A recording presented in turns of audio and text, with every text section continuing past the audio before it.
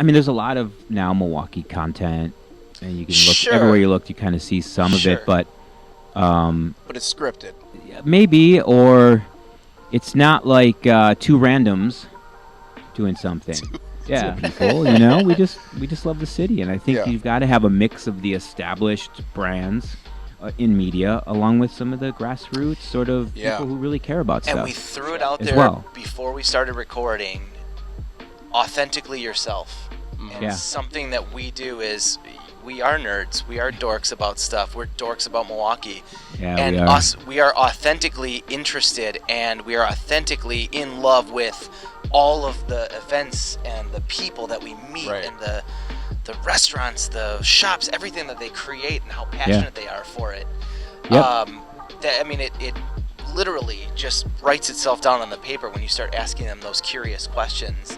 How did you get started? How did you get to this point? Yeah. And when you hear them talk their story through, and you're like, holy crap, that is just so cool. It's just, it's fascinating. Inspiring. It's very inspiring too. That's the thing is, we get done with that podcast, and usually it's 9-10 o'clock at night, and I am fired up.